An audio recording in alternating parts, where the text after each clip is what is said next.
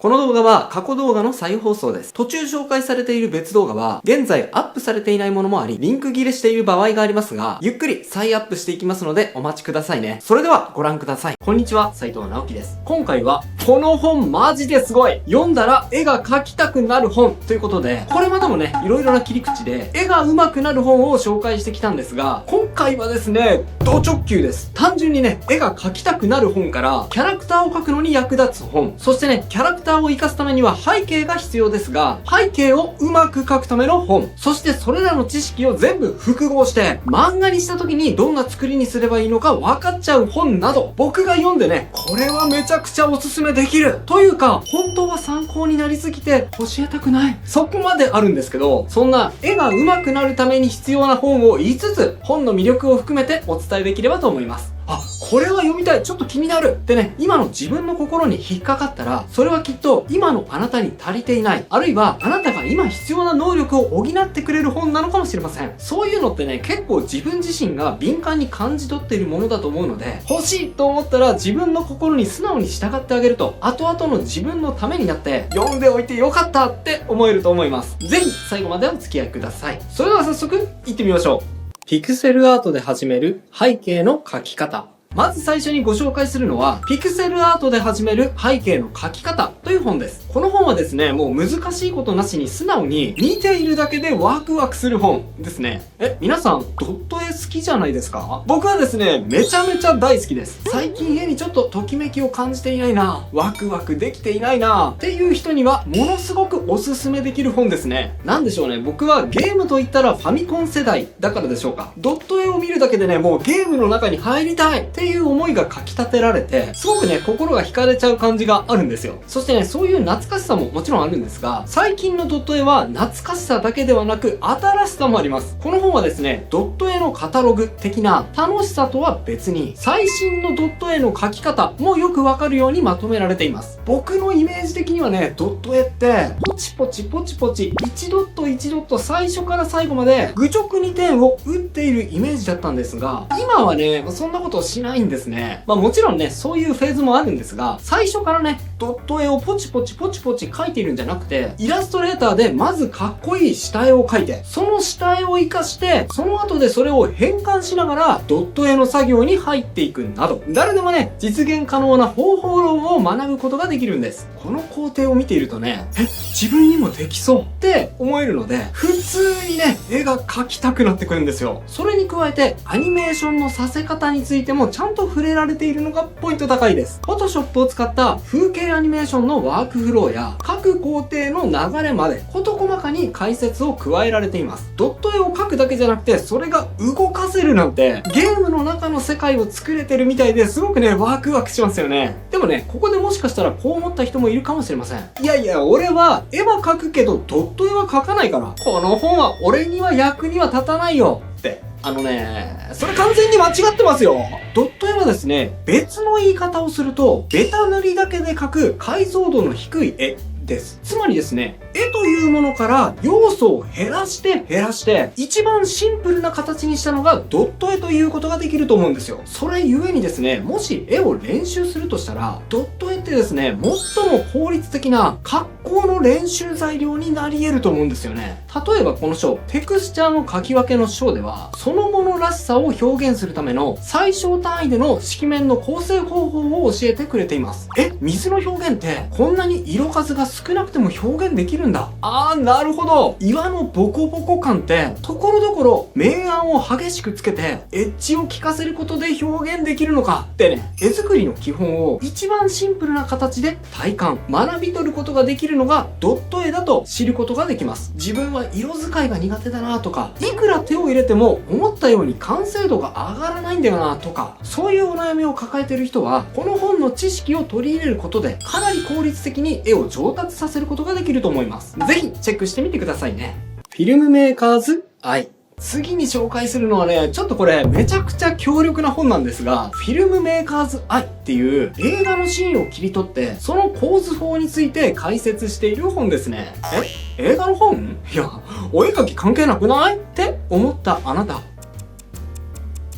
それ完全に間違ってますよ。よくですね、漫画家さんとかイラストレーターさんとか、第一線級で活躍している人が、影響された作品は何ですか？どんなインプットを普段されていますか？って聞かれて、僕はですね、普段は映画を見ますね。あれはね、すごく絵作りの参考になるんですよ。とか、インタビューに答えているシーン見たことないですか？あれはね、ただ単純に映画を楽しんでいるっていうこともあるんですが、それ以上に彼らは印象的な映画のシーン、特に構図や色使いの演出をじっくり見て、その効果を自分の作品に応用できないかを研究しているんですよ。はい。ただですね、じゃあどうやったらそれを分析したり応用したりできるのかって、その見どころってちょっとわからないじゃないですか。いきなりね、映画を参考にして自分の作品に活かしてみてくださいって言われてもね、パッと応用できる人って数少ないと思うんですよ。そこで、この本です。この本はですね、映画でよく使われている印象的な構図やシーンを切り抜いて、そして事細かに解説を加えてくれているんですよ。もうね、僕らに代わって分析してくれてるの。あらかじめ。もうね、例えるなら、人気のラーメン屋で使われている秘伝のタレのレシピをネタバラシしてくれちゃっているようなもんなんです。やばくない？そんなことしちゃっていいの？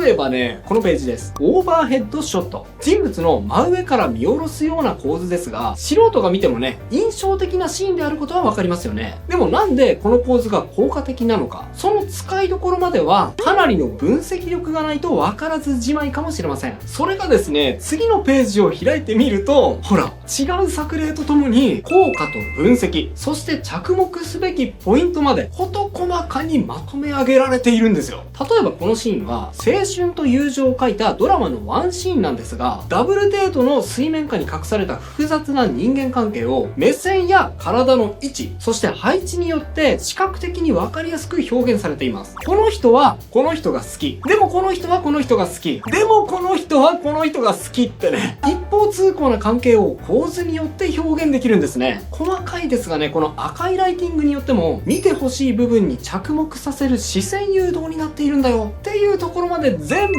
明かしちゃってくれているんです。ここまでね、解説してもらったら、あとはこれを単純にキャラクターに置き換えるだけで自分のイラストにね、転用できちゃうんじゃないかっていう風に思うので、そのぐらいね、反則的に活用できる本なんですよね。マジでこれ教えちゃっていいの？他にもですね、エスタブリングショットっていうのが印象的ですね。この構図は、これから物語が進行する舞台を、シーンの最初で、一瞬で見ている人に理解させるための引きの構図を使ったシーンなんですが、次のページを見てください。見た瞬間ね、ドンと、中央にある不穏な建物の存在が気になる絵になっていますよね。分析では、威圧的な建物を表すために、護衛の兵士や検閲所が配置され、角張った建物を中央に配置することで、冷徹でインダストリアルな印象を与えようとする意図が示されています。建物に続く横の手すりのパースが奥の建物にスムーズに視線を誘導するためのリーディングラインになるというところまで考えられていることが種明かしされています。ちょっとね、この本、もうほぼこのまま絵に転用できちゃうぐらいチート級な本なので、紹介するかはね、ちょっと迷ったんですが、思い切って紹介しちゃいました。絵作りの基本を学ぶことができる素晴らしい本だと思います。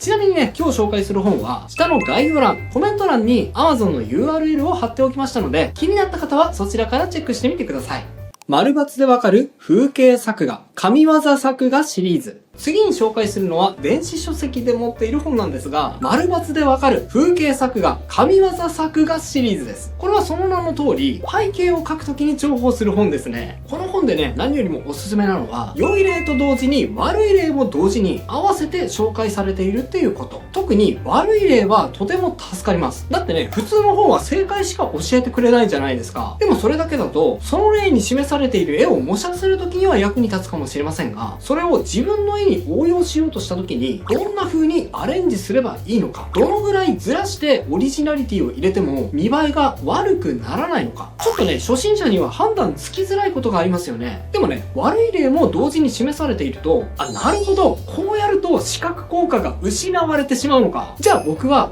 こんな風にアレンジしてみようってね、自分の作品に取り入れやすいっていうメリットがあるんです。実際にね、僕がめちゃくちゃ参考になったなっていうのが、この情報量のコントロールパターン1のページ。このページではイラスト全体を均一に書き込むのではなく、見どころを考えて書き込み量を場所によって変化させようっていうことを伝えてくれています。ついついね、一生懸命書いた自動販売機だから全部入れたくなっちゃうんだけど、そうすると書き込み量が均一に見えちゃうから、端っこの方はあえて間引いて、こんな風に情報を引き算しようね。そうした方がキャラが主体だってわかるよ。とか、逆にこの画面だと情報が足りなく見えるよ。メインの該当を追加して、どこが主役なのかわかりやすく情報を足してあげようね。とか、いろいろな作例が示されているんですよね。いい例と悪い例を視覚的に納得しながら知識を得ることができる。これはね、わかりやすい。また違うページでは同じ書き込み量でも遠近感によってさらに雰囲気を強調して見栄えをアップできる方法について触れられています。同じ苦労するなら絶対に知っておきたい情報ですよね。このように奥の情報をあえて空気遠近法によって間引いて奥行きを感じさせる方法や、逆に奥側じゃなくて手前側に情報量を足してあげることによって奥行きを感じさせるっていうテクニック。あとはね、ぼかしをうまく使うやり方まで様々な角度、様々な手法によって同じ効果を得られる方法を丁寧に解説してくれています。これなら自分のイラストに応用しやすいですよね。しかもそれだけじゃなくて、別の章では商業イラストの制作の流れまでカバーしてくれています。ここではこの書籍のカバーイラストを使って例が示されていて、これもね、わかりやすいポイントです。カバーの上部にタイトルが入るので、それを見越したキャラクターの配置を考える必要があることや、どのような流れの中でフィードバックが入るのかなど、図説になってまとめられているので、仕事をね、実際に受けたことがない人や、これからチャレンジしようとする人にとっては、新鮮で勉強になる情報がまとめられていると思います。これはね、必見ですよ。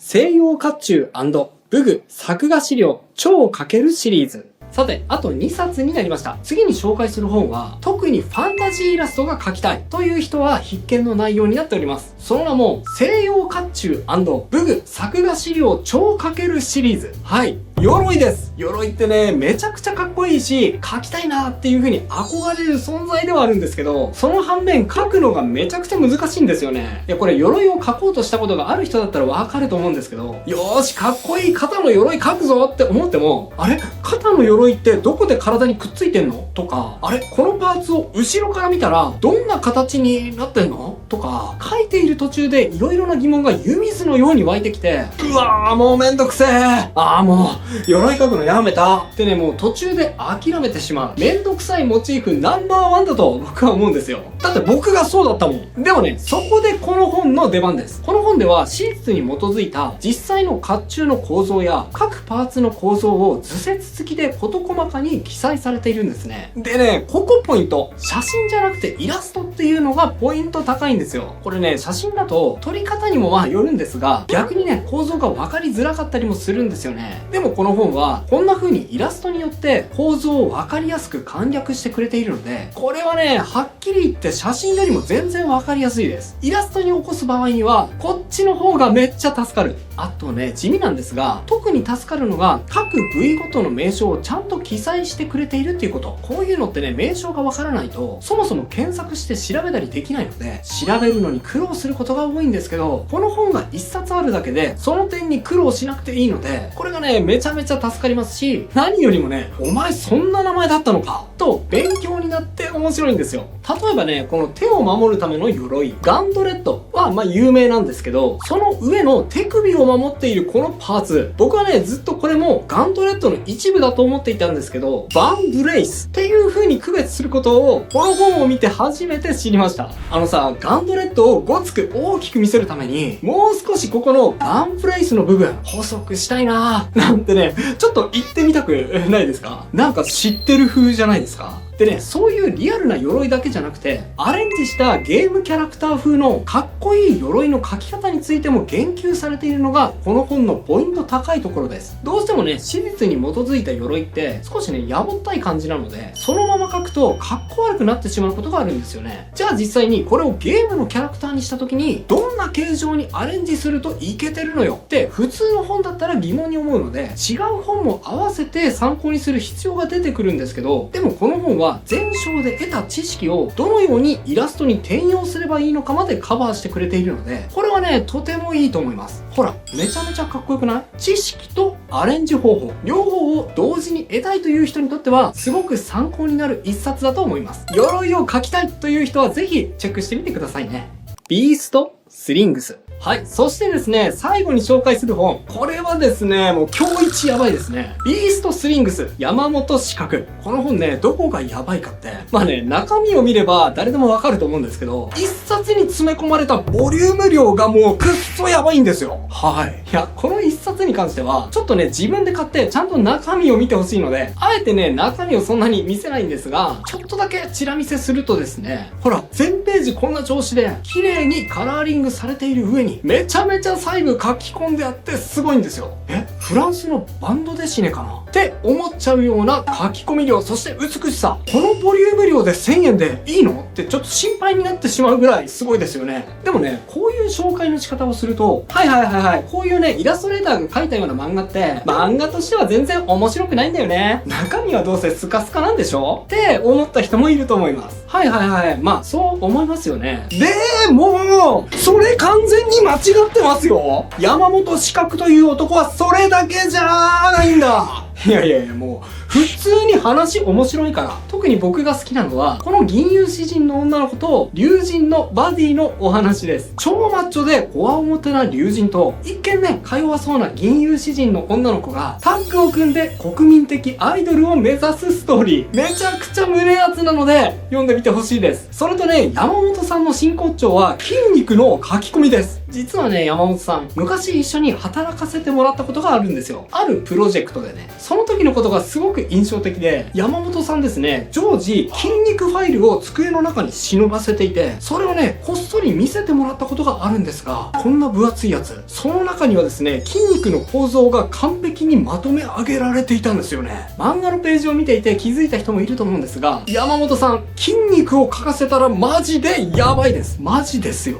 マジ。筋肉がね、とにかく好きっていう人も、ぜひこの漫画チェックしてみてください。以上、この本はマジですごい。読んだら絵が描きたくなる本5選でした。それとですね、僕の本も続々重版が決定しております。ついでに宣伝させてくださいね。特にこちらの2冊の本、7日間で上達お絵描きドリル、そしてチート技絵が上手くなる本。この2冊は紙絵師がね、絵なんて普通にいっぱい描けば上手くなるよ。そんなもん。っていうのを聞いて、いや、それができないから困ってんじゃん。でね、もやもやした経験、皆さんありませんか？その、書ける人たちが無意識にやっている普通を分かりやすく言語化した本になっております。考えて書けっていう風に言われるんだけど、それって具体的にどうすりゃいいの？もう、いろいろやらなきゃいけないのは分かってんだけど、でも初心者は最初に何すればいいの？そんな疑問をお持ちの方はですね、ぜひこちらの本チェックしてみてください。それではまた次回の動画でお会いしましょう。